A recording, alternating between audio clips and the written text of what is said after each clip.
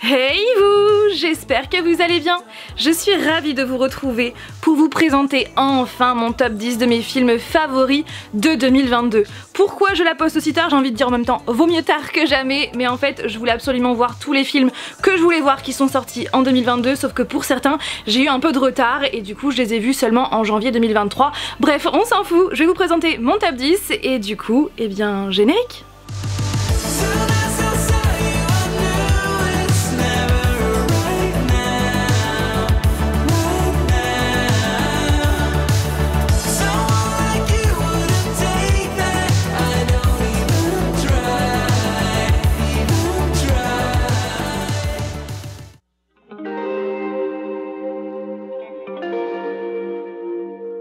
Commençons ce top 10 par un film d'animation, j'ai nommé Le Monstre des Mers, qui est sorti sur Netflix. À une époque où des créatures terrifiantes parcourent les mers, les chasseurs de monstres sont de véritables héros. Et aucun n'est plus adulé que le grand Jacob Holland. Mais lorsque la jeune Maisie Brumble embarque sur son navire légendaire, il trouve en elle une alliée inattendue. Ensemble, ils se lancent dans un voyage épique à travers des eaux inexplorées et entrent dans l'histoire. Avant de voir ce film sur Netflix, je dois vous avouer que je n'avais pas du tout d'attente particulière parce qu'il venait tout juste de sortir, il n'y avait pas encore d'avis sur ce film et ouais, on l'a regardé comme ça sans avoir d'attente particulière et sincèrement ça a été une très belle surprise avec une très bonne qualité d'animation, de graphisme, de modélisation, avec des personnages vraiment attachants. On a Jacob et Maisie qui sont hyper attachants et aussi le monstre des mers, d'où le titre. Vous avez aussi une pointe d'humour et clairement ouais, c'est une très belle aventure, que ce soit pour petits et grands, et clairement ouais, c'est mon film d'animation préféré de cette année.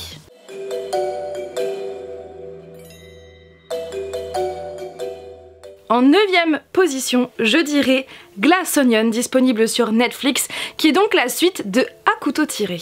Direction la Grèce pour le célèbre détective Benoît Blanc qui doit élucider un mystère entourant un milliardaire de la technologie et son groupe d'amis haut en couleur. Ce qu'il faut savoir, c'est que je suis une très grande fan du premier film À couteau tiré, avec un super casting. Donc déjà on a Daniel Craig qui joue Benoît Blanc, dans le 1 donc il y a Chris Evans et on a aussi Tommy Lee Curtis, enfin bref il y a plein d'acteurs très connus et franchement ce film je l'avais adoré à tel point que ça a été l'un de mes films favoris, donc il faisait partie de mon top 10 de 2020, 2021, je ne sais plus. Et clairement ouais, j'ai adoré. Et donc forcément quand la suite est sortie sur Netflix, j'étais joie parce que j'avais vraiment adoré le 1 et je dois vous avouer que le 2, il est un cran au-dessus. Pour moi, j'ai l'impression d'avoir affaire à de voir en direct le jeu de société Cluedo. Et ce qu'il faut savoir, c'est que c'est mon jeu de société préféré et ce depuis que je suis enfant. J'adore ce jeu de société. Et donc en voyant justement, en regardant ce genre de film, on a l'impression d'avoir en face de nous une partie de Cluedo géante avec des personnages qui parlent dans un plateau de jeu grandeur nature, vraiment. Comme pour le premier film, je savais qui était le coupable assez rapidement. Je ne vais pas vous dire qui c'est, bien évidemment, mais j'ai su rapidement qui était le coupable. Je pense que c'est fait exprès, justement, que le spectateur découvre qui est le coupable assez rapidement, mais le but, justement, c'est toutes les révélations, tous les rebondissements auxquels on ne s'attend pas qui vont arriver par la suite, et tout ce cheminement que Benoît Blanc va avoir et va finir par dire, c'est ça le génie du film, parce que clairement, on ne s'y attend pas du tout, bien qu'on sait qui est le coupable, mais on sait pas comment tout ça a été fait, et franchement, c'est hyper bien ficelé. Et petit conseil, si vous regardez ce film ou le premier, faites attention aux moindres détails dès le début du film parce que forcément ça va revenir à un moment donné et c'est hyper comment dire important dans le cheminement de l'histoire. Daniel Craig qui mène la danse en Benoît Blanc est vraiment convaincant, je dirais même excellent, vraiment. Il a plus d'un tour dans son sac et même les autres personnages, les autres acteurs sont vraiment très convaincants. Nous avons aussi notamment Kate Hudson qui joue dedans, Edward Norton également et ouais franchement je vous conseille la duologie. Pour le moment je sais pas s'il y aura un troisième ou un quatrième, mais en tout cas je vous conseille les deux films de l'univers À couteau tiré avec Benoît Blanc.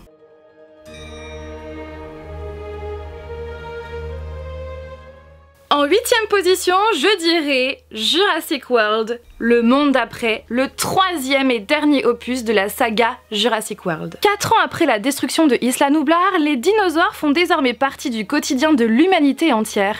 Un équilibre fragile qui va remettre en question la domination de l'espèce humaine maintenant qu'elle doit partager son espace avec les créatures les plus féroces que l'histoire ait jamais connues. N'en déplaise à beaucoup de personnes, moi j'ai adoré, c'est pour ma part le final que j'attendais avec les protagonistes de la saga originale, j'ai nommé Jurassic Park. Parce que oui, dans ce film il n'y a pas que Owen et Claire, il y a aussi les protagonistes de la saga Jurassic Park, donc on retrouve Ellie, on retrouve Alan, on retrouve le professeur Malcolm, et franchement c'est un bonheur de retrouver tous ces personnages de la première saga et de la deuxième saga ensemble dans ce dernier opus de Jurassic World. Franchement je trouve que c'est pour moi la fin que j'attendais. Ce troisième film clôture parfaitement bien cette deuxième saga. Alors effectivement, la première partie du film peut paraître lente, mais c'est normal, j'ai envie de dire, parce que bien évidemment, ils font revenir des personnages de la première saga, donc forcément, ils ne vont pas les faire revenir comme ça, comme un cheveu sur la soupe. Il faut vraiment une histoire, une explication du pourquoi, du comment. Donc j'ai trouvé vraiment ça cohérent, et ensuite de ça, à partir de la scène de Malte, qui est franchement, je crois, l'une de mes scènes préférées, qui est vraiment dans l'action, et elle est juste waouh. Donc à partir de la scène de Malte, tout s'enchaîne, l'action est vraiment de plus en plus présente, et après ouais, on est dans le fil de l'action jusqu'à la fin et on ne voit pas le temps passer, vraiment. Une fois de plus, les effets spéciaux sont vraiment hyper bien intégrés, on a l'impression que les dinosaures existent réellement, avec Blue, avec la T-Rex, avec aussi ce fameux combat entre la T-Rex et le Giganotosaurus, je crois que c'est ça, c'est franchement épique et on a l'impression que ça existe réellement. Donc franchement c'est une fin parfaite je trouve.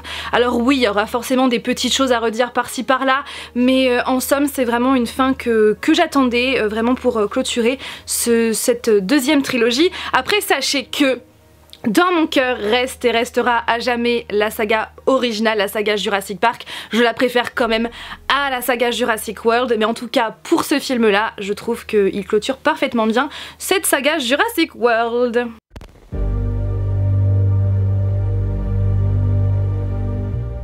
En 7ème position, je dirais Everything, Everywhere, All at Once. Evelyn Wang est à bout. Elle ne comprend plus sa famille, son travail et croule sous les impôts. Soudain, elle se retrouve plongée dans le multiverse. Des mondes parallèles où elle explore toutes les vies qu'elle aurait pu mener. Face à des forces obscures, elle seule peut sauver le monde, mais aussi préserver la chose la plus précieuse, sa famille. Ce film-là, je le catégoriserais comme étant un film ovni. Vous savez, le genre de film, soit ça passe, soit ça casse, soit on kiffe, soit on déteste. Ce genre de film qui est totalement en marge des autres, qui nous propose un concept totalement différent, une histoire qu'on n'a jamais vue ailleurs, ou qui nous dépasse totalement. On se laisse clairement emporter dans cette histoire survitaminée, mais vraiment ça va dans tous les sens. Cette histoire survitaminée qui est aussi déjantée, c'est déroutant, c'est passionnant, c'est addictif, c'est original, mais vraiment très original. Je n'avais jamais vu ça ailleurs, même si on a déjà parlé du multiverse, bien sûr dans Marvel, clairement ça n'a rien à voir. Enfin c'est le même principe, vous savez, de vie parallèle, mais disons que c'est exploité différemment. D'ailleurs sachez que ce film a été produit par les frères Russo, qui sont à l'origine de Infinity War ou encore de Endgame. Enfin bref, voilà, c'est un film vraiment qui est hyper original, qui est différent, qui est aussi bien drôle que poétique que émouvant, oui. Je trouve que tout est bien équilibré, même l'humour. Il y a de l'humour qui est très décalé, très déjanté, et moi de base je suis pas très friande quand l'humour il y en a à outrance, et surtout quand c'est de l'humour décalé, voilà, j'ai tendance à lever les yeux au ciel. Et bien là sachez que l'humour est vraiment bien équilibré par rapport au reste, et franchement c'est un film qui... waouh, c'est une claque, vraiment une claque, et c'est un film qui nous laisse... ouais, qui nous transporte dans un multiverse vraiment très survitaminé, qui part dans tous les sens, et clairement ne faites pas autre chose en même temps sinon vous allez être totalement perdu. Oui, le casting est vraiment très bon. Nous avons Michelle Yeoh, je ne sais pas comment ça se prononce, Yeoh, et qui... oui, Kwan, pareil, je ne sais pas du tout comment ça se prononce, je suis désolée. Il y a aussi Jamie Lee Curtis, en bref, le casting est vraiment très bon. Et clairement, si vous aimez les films survitaminés, qui sont déjantés et où il y a beaucoup d'action et où ça part dans tous les sens et où l'histoire est vraiment bien ficelée, je vous le conseille absolument.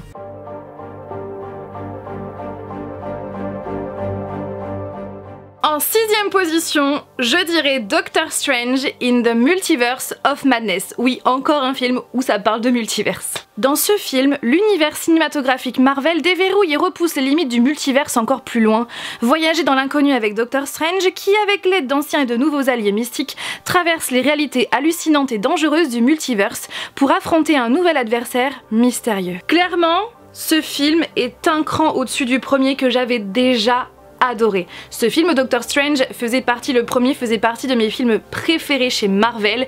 Et bien là sachez que le 2 est vraiment un cran au-dessus. Déjà parce que les effets spéciaux, il y en a à foison, mais c'est pas genre on fait des effets spéciaux parce que voilà il faut en faire, non, c'est vraiment extrêmement bien fait. On a l'impression que ça existe réellement tellement les effets spéciaux sont de qualité et bien intégrés dans les prises de vue réelles. C'est rythmé, c'est prenant, c'est mystérieux et dès le début, le moindre détail compte dans le multiverse. Il faut vraiment bien être concentré et pas faire autre chose en même temps, encore une fois. Et certaines scènes sont vraiment incroyables, vraiment. J'ai plein de scènes comme ça qui pop dans ma tête, franchement il y a plein de scènes qui sont juste incroyables et où il y a vraiment beaucoup d'action, où c'est sombre aussi. C'est ça aussi que j'ai mis dans ce film, c'est que c'est sombre. C'est pas du Marvel comme on a pu le voir, notamment avec Thor 4 qui a été une grosse déception. Voilà, là il n'y a pas de l'humour à outrance, il y en a pas tant que ça, mais surtout on a vraiment affaire à un Marvel qui est quand même assez sombre par rapport aux autres, où il y a de la magie noire, et je trouve que c'est vraiment bien intégré et ça fait plaisir de voir ce genre de film chez Marvel. Après bien sûr je vais pas non plus rentrer dans tous les détails parce que j'ai déjà fait une chronique vraiment bien détaillée par rapport à mon avis qui s'affiche juste là si vous avez envie de la voir, mais en tout cas en somme je trouve que le multivers est vraiment bien maîtrisé, bien abordé, les personnages sont vraiment convaincants. On a affaire à Stephen Strange, Wanda. Oh là, Wanda, j'adore ce personnage et dans ce film elle est vraiment encore plus mise en avant et ça c'est trop cool. Et je trouve que justement Stephen Strange, Wanda, donc Dominic Cumberbatch qui joue Doctor Strange et Elizabeth Olsen qui joue Wanda, je trouve qu'ils sont hyper méga convaincants. On a aussi America Chavez qui est intégrée dans le MCU et l'actrice joue extrêmement bien aussi. Selon moi, bien évidemment j'insiste bien sur selon moi, c'est le meilleur film Marvel de 2022, encore une fois selon moi. Et d'ailleurs en termes de visionnage, je vous conseille vraiment de le regarder après WandaVision, c'est hyper important pour comprendre le pourquoi du comment Wanda est comme ça dans Doctor Strange in the Multiverse of Madness, parce que voilà tout ce qui se passe dans WandaVision c'est hyper important, donc la série qui est disponible sur Disney+. Et je vous conseille aussi de regarder bien sûr Spider-Man No Way Home avant parce que ça introduit le multiverse, même si c'est pas un film qui est important pour bien comprendre ce Doctor Strange, mais voilà ça introduit le multiverse donc c'est plutôt pas mal de le voir quand même avant. Mais sinon vraiment impérativement il faut regarder la série WandaVision avant.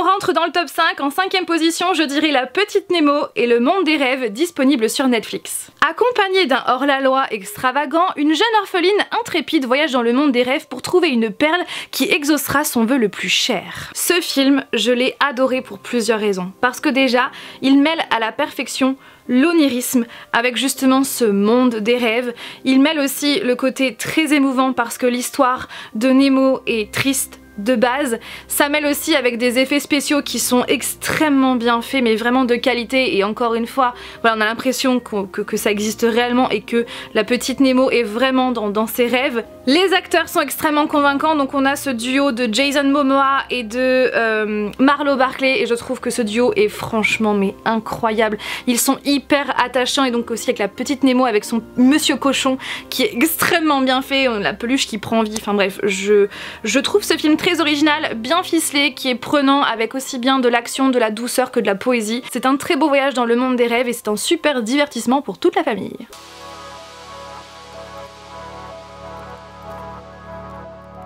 En 4ème position, je dirais Avatar, La Voix de l'eau. Se déroulant plus d'une décennie après les événements relatés dans le premier film, Avatar, La Voix de l'eau raconte l'histoire des membres de la famille Sully, Jake, Neytiri et leurs enfants, les épreuves auxquelles ils sont confrontés, les chemins qu'ils doivent emprunter pour se protéger les uns les autres, les batailles qu'ils doivent mener pour rester en vie et les tragédies qu'ils endurent. Visuellement, ce film, il est magnifique, vraiment magnifique, que ce soit la photographie, la modélisation, les effets spéciaux, tout est magnifique, c'est une claque visuelle, on en prend plein les yeux pendant plus de 3 heures, que ce soit justement, notamment les scènes sous l'eau, elles sont incroyables, que ce soit les créatures, que ce soit justement les avatars qui sont encore plus incroyables que justement dans le premier Avatar qui s'est déroulé il y a plus de 10 ans, donc forcément il y a une avancée technologique entre temps, mais c'est vrai que là les personnages sont juste incroyable, mais vraiment je dirais même que c'est une révolution visuelle qui marque clairement un tournant technologique dans le monde du cinéma.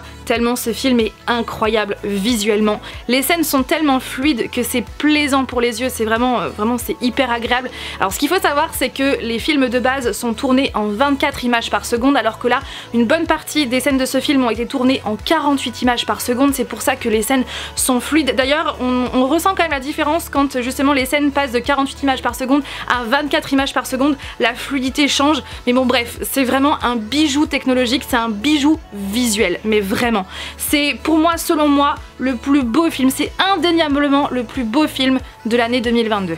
Mais là je suis sûre que vous allez me dire, mais pourquoi dans ce cas tu l'as mis seulement à la 4e place? Alors sincèrement oui, si c'était vraiment un top 10 des plus beaux films de l'année, ce serait clairement le premier film du classement, sans hésiter. Pour moi en fait je l'ai mis seulement, alors que pourtant la 4e position c'est vraiment très bien, je l'ai mis à cette place là parce que pour moi le scénario est assez minimalisme et certains personnages manque de complexité, manque de profondeur.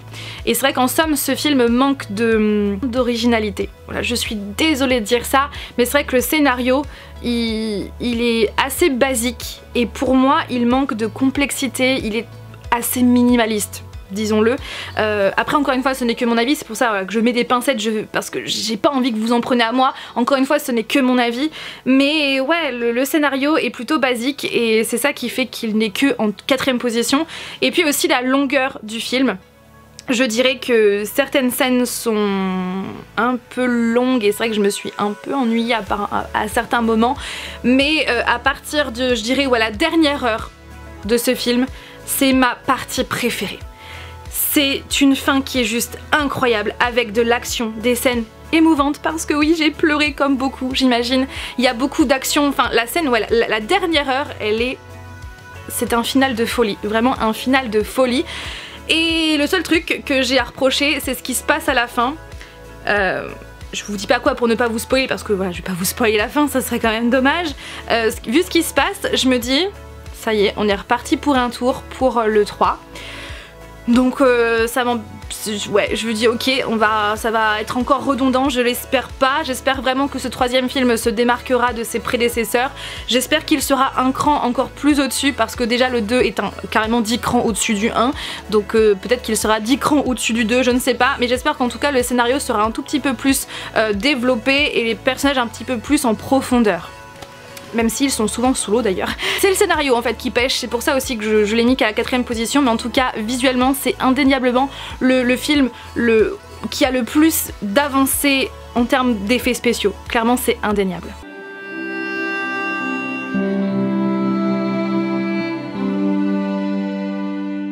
En 3e position, je dirais Freaks Out. Rome, en 1943 sous l'occupation allemande, la ville éternelle accueille le cirque où travaillent Mathilde, Sancio, Fulvio et Mario comme phénomène de foire. Israël, le propriétaire du cirque et figure paternelle de cette petite famille, tente d'organiser leur fuite vers l'Amérique.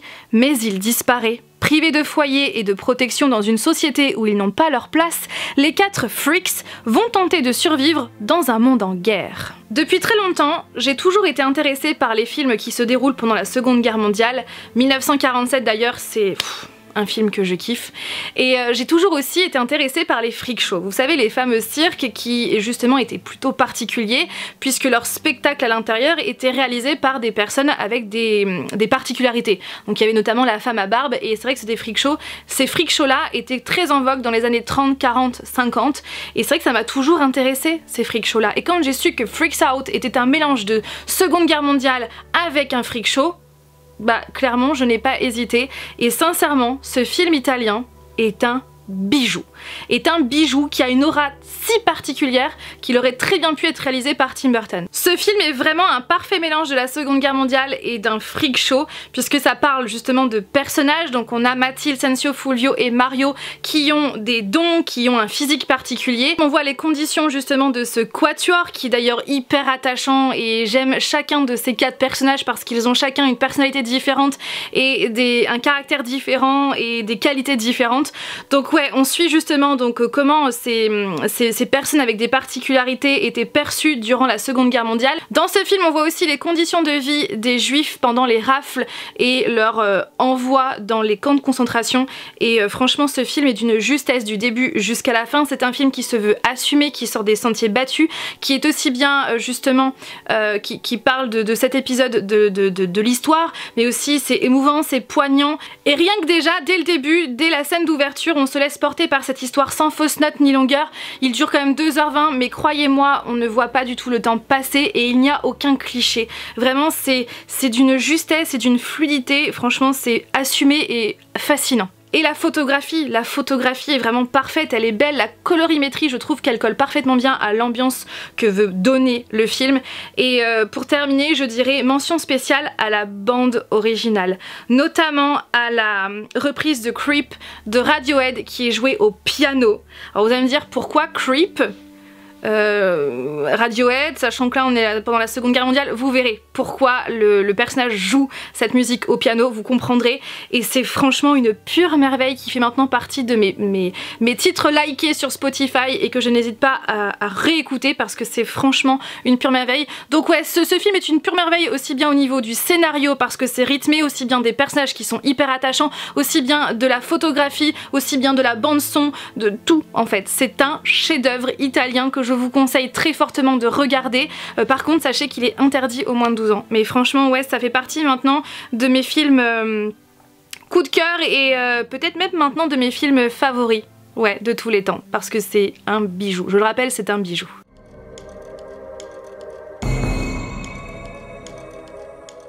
En deuxième position, je dirais Barbare.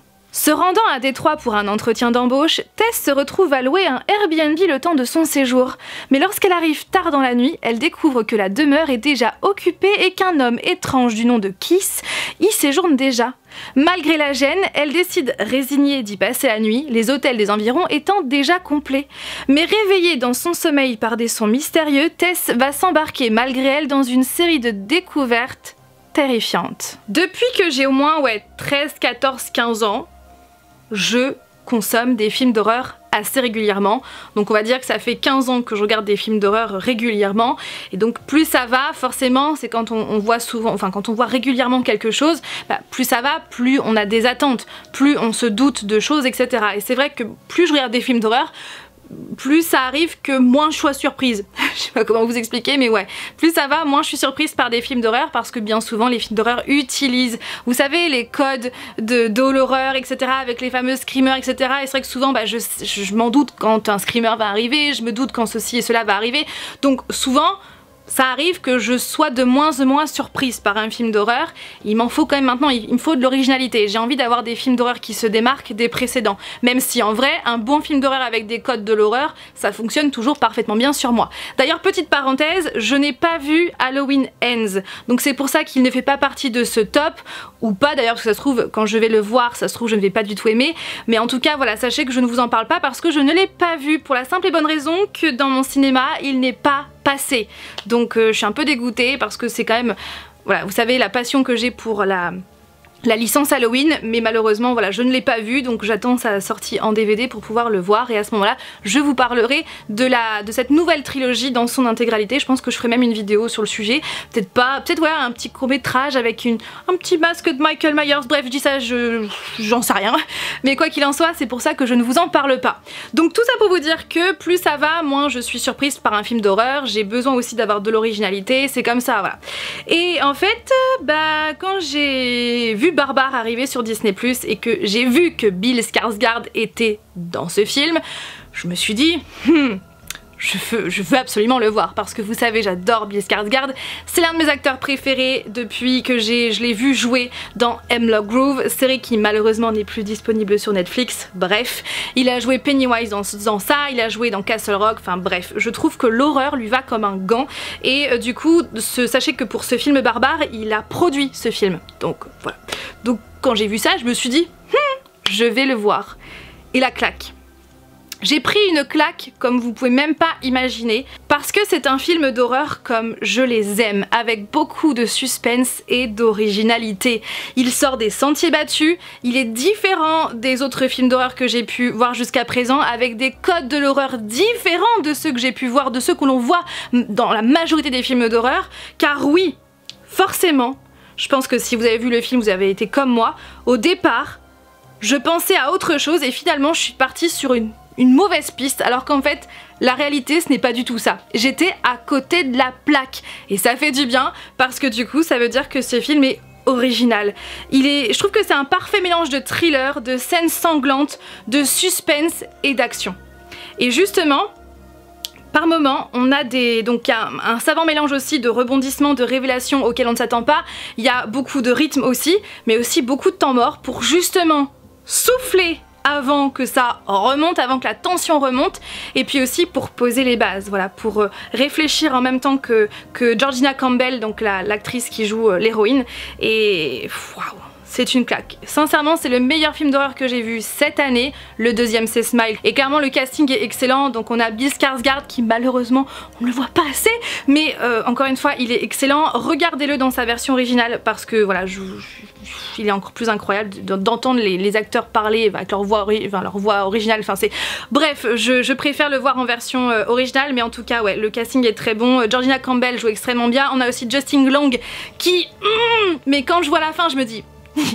voilà, parce que la fin est comme je souhaite, voilà. Et ouais, franchement c'est un film d'horreur que je vous conseille, qui maintenant fait partie de mes films d'horreur favoris.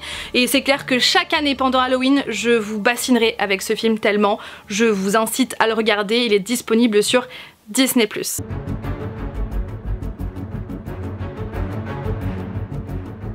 En première position, vous allez voir, j'ai triché. J'ai mis 2 films parce que pour moi il est impossible de les départager et surtout ce sont des genres de films totalement différents. Donc en première position, tout d'abord je dirais The Batman. 2 années à arpenter les rues en tant que Batman et à insuffler la peur chez les criminels ont mené Bruce Wayne au cœur des ténèbres de Gotham City.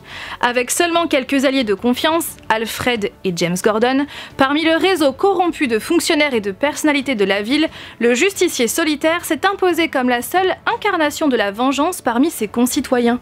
Lorsqu'un tueur s'en prend à l'élite de Gotham par une série de machinations sadiques, une piste d'indices cryptiques envoie le plus grand détective du monde sur une enquête dans la pègre où il rencontre des personnages tels que Selina Kyle alias Catwoman, Oswald Cobblepot alias le Pingouin, Carmine Falcon et Edward Nashton alias l'Homme Mystère. Alors que les preuves s'accumulent et que l'ampleur des plans du coupable devient claire, Batman doit forger de nouvelles relations, démasquer le coupable et rétablir un semblant de justice au milieu de l'abus de pouvoir et de corruption sévissant à Gotham City depuis longtemps. Je vais pas y aller par 4 chemins, ce film, c'est de la bombe.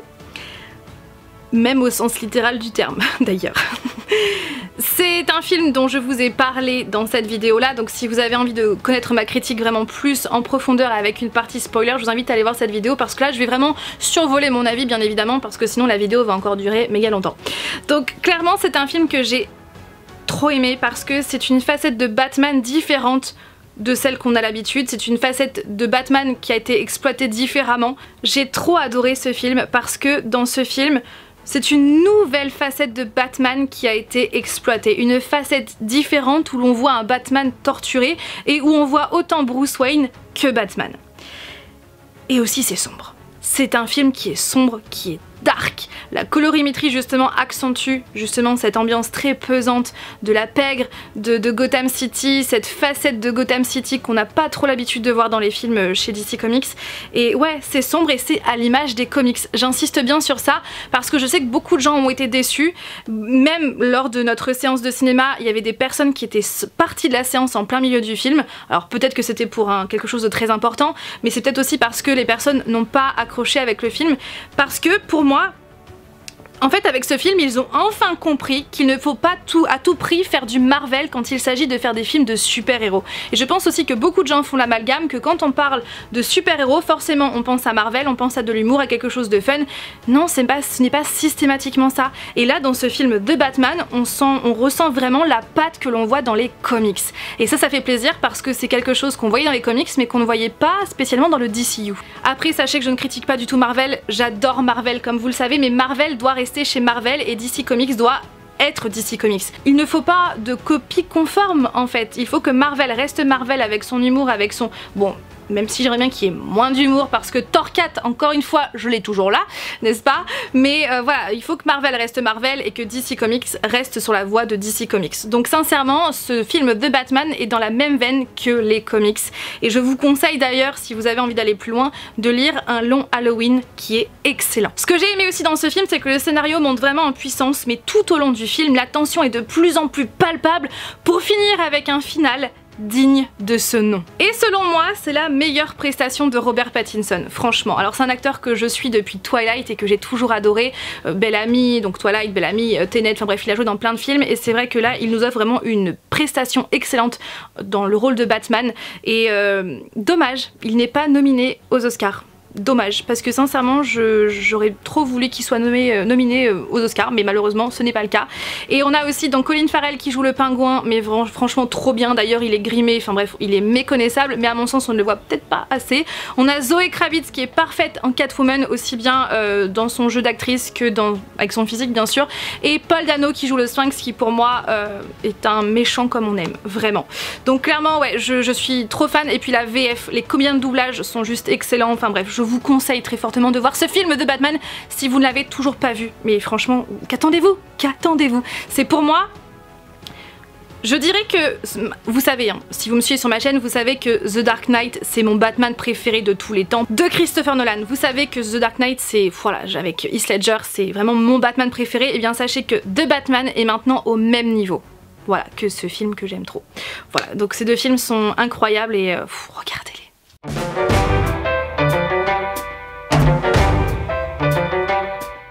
Et le dernier film de cette vidéo, qui est d'ailleurs le premier film ex aequo avec The Batman, il s'agit de Elvis. Ce film nous montre la vie et l'œuvre musicale d'Elvis Presley à travers le prisme de ses rapports complexes avec son mystérieux manager, le colonel Tom Parker. Le film explorera leur relation sur une vingtaine d'années, de l'ascension du chanteur à son statut de star inégalé, sur fond de bouleversements culturels et de la découverte par l'Amérique de la fin de l'innocence. Si vous me suivez sur ma chaîne, vous savez que j'ai des réalisateurs chouchous et Baz Luhrmann en fait partie, et ce depuis Moulin Rouge. Moulin Rouge, c'est un film que j'aime beaucoup trop. Avec Ewan McGregor, avec Nicole Kidman, c'est un film que je vous conseille, qui fait partie de mes films préférés. Et ensuite de ça, j'ai vu Gatsby le Magnifique en 2013, 2014, 2015, bref, après sa sortie, avec Leonardo DiCaprio. Et vous savez la passion que j'ai pour ce film, vous savez que c'est ensuite devenu mon livre préféré de tous les temps, en plus d'être devenu mon film préféré de tous les temps. Bon, maintenant il y a Bohemian Rhapsody qui est au même niveau. Et donc depuis Gatsby le Magnifique, Baz Luhrmann n'avait pas fait de nouveaux films, jusqu'à Elvis. Et waouh, c'est une pure merveille, mais vraiment une pure merveille, portée par un Austin Butler, plus que incroyable. En fait on dirait la réincarnation du vrai Elvis, tellement Austin Butler joue, mais il n'y a même pas de mots assez forts, il joue mais tellement extrêmement bien, un truc de fou en fait, un truc de fou. Tout ce film est porté par Austin Butler et sincèrement il ressemble à Elvis comme deux gouttes d'eau. Bon bien sûr là il s'est coloré les cheveux, il a repris les mêmes gestes, puisque j'ai vu notamment donc sur YouTube il y a justement des différences entre la scène, enfin le moment, un spectacle avec Elvis et la scène avec Austin Butler.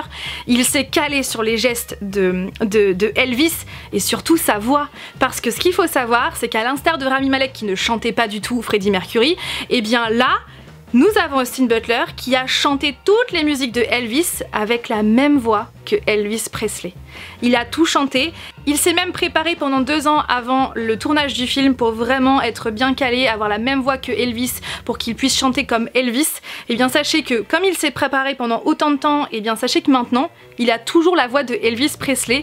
J'ai vu des interviews avant Elvis où il avait une voix, sa voix normale, et les interviews après le film Elvis, et bien sa voix elle est totalement comme dans le film en fait.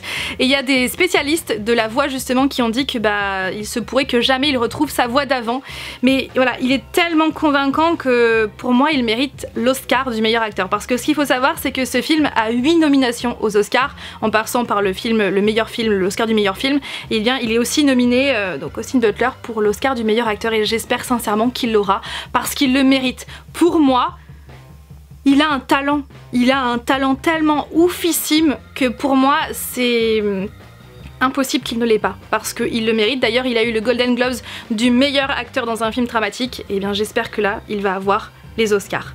Donc déjà voilà, en termes de Elvis Presley, Austin Butler est juste incroyable. Ensuite scénaristiquement, il est très bien ficelé ce film, il est raconté par le colonel, et c'est vrai que c'est rare de voir un film qui est raconté par la personne qui est du mauvais côté de l'histoire, on va dire, et franchement c'est très bien ficelé, c'est addictif dès le début, on se laisse porter par les scènes et la musique sans rechigner, sans trouver le temps long, c'est un pur bonheur. C'est vraiment une claque audiovisuelle. Et puis aussi en termes d'acteurs, il y a Tom Hanks. Tom Hanks, encore une fois, il est incroyable, il est en plus grimé, il a du make-up, tout ça, il nous prouve encore une fois qu'il peut jouer mais tout plein de personnages différents et être toujours autant convaincant, enfin c'est un truc de fou. Et en termes de montage, alors ça, le montage j'ai kiffé, on voit la patte de Baz Luhrmann dans ce montage. Clairement j'aurais vu ce film sans qu'on me dise qui était le réalisateur, je l'aurais tout de suite vu, parce que le montage c'est vraiment sa patte à lui. Il a, comment dire, voilà, on voit la guitare par exemple qui passe d'un plan à un autre, vous avez deux plans cadrés, vous avez la guitare qui passe d'une scène à l'autre, vous avez notamment la caméra qui rentre dans une scène par la fenêtre, ça aussi c'est très typique de lui. Et aussi il a les musiques actuelles, alors il aime beaucoup mettre des musiques actuelles dans des films qui se passent pas du tout à la même époque, et je trouve que ça colle bien. Beaucoup de gens n'ont pas spécialement aimé ce côté là, mais moi ça ne me choque pas. C'était le cas notamment dans Gatsby le Magnifique avec la musique de Fergie, A Little Party Never Kill Nobody, qui est une musique très électro à un moment donné, ce qui fait que ça ne va pas du tout, enfin ça existait pas l'électro dans les années 30, mais justement il y a une touche de Charleston, ce qui fait que ça fait mais trop bien, ça rend trop bien. Il y a notamment la musique de will.i.am, pareil, Bang Bang, qui est très entraînante, qui n'existait pas dans le style musical dans les années 30, mais finalement ça colle parfaitement bien. Donc ça c'est le style de Baz Luhrmann aussi, c'est de mettre des musiques très dans le genre de musique actuelle avec dans l'époque du film, et franchement ça colle trop bien. Enfin bref, ce film il est trop bien, avec l'un de mes réalisateurs préférés, avec un acteur qui j'espère aura une très belle carrière cinématographique devant lui, parce que franchement il est brillant, avec un Tom Hanks brillant, un scénario bien ficelé, enfin bref je vous le conseille. Et la bande son à tel point, voilà, j'ai tellement kiffé que je me suis pris le vinyle. Bon après j'avais déjà celui de Moulin Rouge que franchement j'aime trop, franchement les musiques sont incroyables, et aussi celui de Gatsby bien évidemment, donc maintenant je suis la petite collection Baz Luhrmann. Enfin bref, ce film il est d'une beauté, c'est un chef-d'œuvre. Voilà pour cette vidéo, pour ce top 10 de mes films favoris de 2022, j'espère qu'il vous a plu. N'hésitez pas aussi à me dire en commentaire quel est votre top 10, quels sont les films que vous avez surkiffé en 2022, j'ai hâte de vous lire, et puis comme ça peut-être que ça va me faire découvrir de nouveaux films. Et voilà, encore une fois ce n'est que mon avis, hein. Encore une fois ce n'est que mon avis, vous n'êtes pas obligé de le partager, bien au contraire. Sur ce je vous fais plein de bisous et je vous dis à dimanche prochain pour une nouvelle vidéo. Bye!